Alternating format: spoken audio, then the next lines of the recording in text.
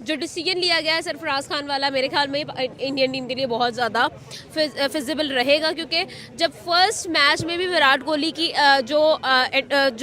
विराट कोहली का स्क्वाड में आना था वो डाउटफुल था, तो सरफराज देखें बिल्कुल ऐसा ही है। इंडिया 4 मेन प्लेयर्स के बगैर है। शमी हो गया, कोहली है, मेरा ख्याल रोहित, राहुल है, जडेजा।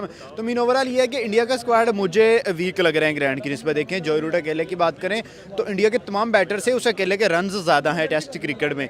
तो लेकिन इसके ये मतलब नहीं है कि इंडिया की टीम को वैसे ही राइट ऑफ कर दिया जाए या रेज कर दिया जाए। इंडिया हमेशा से अच्छा कमबैक करता है और लग रहा है कि इंडिया कमबैक कर जाएगा। देखें उनके पास रोहित शर्मा अभी भी है।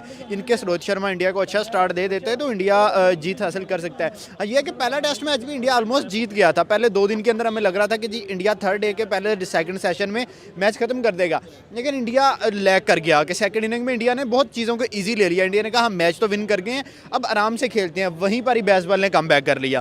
तो इंडिया अपनी वजह से हारा है पहला टेस्ट मैच, मैं ये कहूँगा। ओके, इंडिया अपनी वजह से पहला टेस्ट मैच हारा है। सेकंड में क्या एक्सपेक्टेड है कि जिस तरह से कह लेंगे सरफराज खान की काफ़ी तारीफ़ें सुनने को मिल रही हैं कि एक अच्छा उभरता हुआ सितारा है, 26 साल की उम्र में आए हैं इंटरनेशनल प्लेटफॉर्म के ऊपर। तो एक्सपेक्टेड है कि इंडिया एक अच्छी लीड या एक अच्छी इनिंग से जीता हुआ नजर आएगा हमें।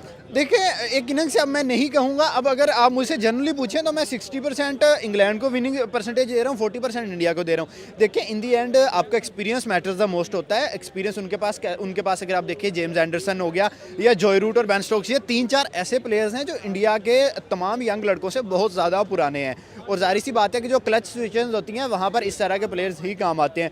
तो मतलब कि 60% इंग्लैंड है, 40% इंडिया है, लेकिन इंडिया कमबैक कर सकता है। अपने सरफराज की बात की, सरफराज का एक छोटा भाई है मुशीर खान, मैं आज उसकी बैटिंग देख रहा था। उसने अंडर 19 में सबसे ज़्यादा रन्स कर दी हैं, 2 सेंचुरीज लगाई हैं। तो टैलेंट उस खानदान के अंदर शुरू से ही बहुत ज़्यादा है। सरफराज भी अंडर 19 अच्छा खेले थे, उसके बाद खैर उसे 6-7 साल चांस नहीं मिल सका। लेकिन अब देखना यह है कि वो प्लेइंग 11 में भी आता है या जस्ट स्क्वाड में होगा। अगर वो प्लेइंग 11 में आता है तो डेफिनेटली बात है कि इंडिया को बेनिफिट होगा। इंग्लैंड जहाँ तक कमबैक की बात है, तो अगर आप फर्स्ट इनिंग की बात करें तो मुझे उसका कुछ खास कमबैक नज़र नहीं आया। वो तो एक दिन होता है किसी भी टीम का, तो वो उनका दिन था, तो उस वजह से वो लोग जीत गए। वरना कुछ खास मुझे उनकी वो नहीं लगा। एक ही बंदा था जिसने परफॉर्म किया, वो 146 वाला, बस वही था। उसके अलावा कुछ खास नहीं मुझे नहीं लगा। I seriously don't consider it. हाँ ये है कि इंडिया की टीम थोड़ी लैग कर रही थी उस दिन, बट जो डिसीजन लिया गया है सरफराज खान वाला, मेरे ख्याल में इंडियन टीम के लिए बहुत ज़्यादा फिजिबल रहेगा, क्योंकि जब फर्स्ट मैच में भी विराट कोहली की विराट कोहली का स्क्वाड में आना था वो डाउटफुल था, तो Sarfaraz Khan was the first option जो कि उनकी जगह पर चूज़ किए जा रहे थे। बट हुआ ये कि उनको चूज़ नहीं किया गया और सोशल मीडिया पर बड़ी डिबेट हो रही थी सरफराज खान के बारे में। बट अब फाइनली वो आ रहे हैं, तो आई होप के जो पब्लिक की डिमांड थी उसके मुताबिक अगर वो आ रहे हैं तो कुछ ना कुछ तो करके दिखाएंगे। एग्जैक्टली, बिल्कुल बात ऐसी है कि एक लॉन्ग टर्म इनिंग्स खेलने वाले ये बैट्समैन कंसीडर किए जाते हैं। And the best part is कि सरफराज खान का डेब्यू मैच है, और डेब्यू मैच के अलावा एक और चीज़ है कि he was ignored so many times in the international matches. But finally जब उनको मौका मिलेगा तो I think this would be a great chance for Sarfaraz Khan to prove himself and as well as for the Indian team to check his new coming talent. England जहाँ तक comeback की बात है, तो अगर आप फर्स्ट इनिंग की बात करें तो मुझे उसका कुछ खास कमबैक नज़र नहीं आया। वो तो एक दिन होता है किसी भी टीम का, तो वो उनका दिन था, तो उस वजह से वो लोग जीत गए। वरना कुछ खास मुझे उनकी वो नहीं लगा। एक ही बंदा था जिसने परफॉर्म किया, वो 146 वाला, बस वही था। उसके अलावा कुछ खास नहीं मुझे नहीं लगा। I seriously don't consider it. हाँ ये है कि इंडिया की टीम थोड़ी लैग कर रही थी उस दिन, बट जो डिसीजन लिया गया है सरफराज खान वाला, मेरे ख्याल में इंडियन टीम के लिए बहुत ज़्यादा फिजिबल रहेगा, क्योंकि जब फर्स्ट मैच में भी विराट कोहली की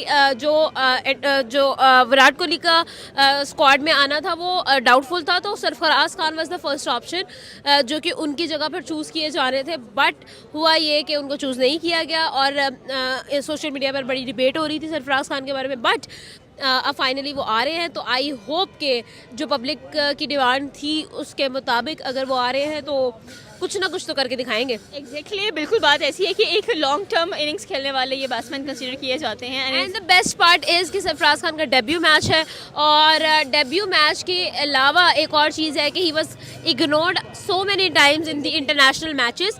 बट फाइनली जब उनको मौका मिलेगा तो I think this would be a great chance for Sarfaraz Khan to prove himself and as well as for the Indian team to check his new coming talent. India जो है नो डाउट एक अच्छी team है। इंडिया एबिलिटी है कि उनके मतलब come back करने की। पहला मैच बेशक हार गया है, लेकिन इंडिया ये है कि बाउंस बैक करेगा, अच्छी टीम है।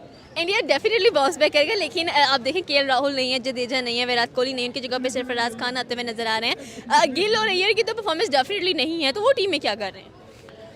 बड़े प्लेयर हैं। शुभमन गिल आज 2021-22 में देखा बड़ा अच्छा स्कोर किया था। कुछ प्लेयर ऐसे होते हैं जिनको अगर परफॉर्मेंस नहीं भी आ रही, उनका एक नाम है, उन्होंने डिलीवर किया। बैट पैच किसी का भी आ सकता है। वो हमारे वो गांडू बाबर आजम का भी आया था, हमने कितना ट्रोल किया था उसे। तो किसी का भी बैट पैच आता है। Shubman Gill is a good player.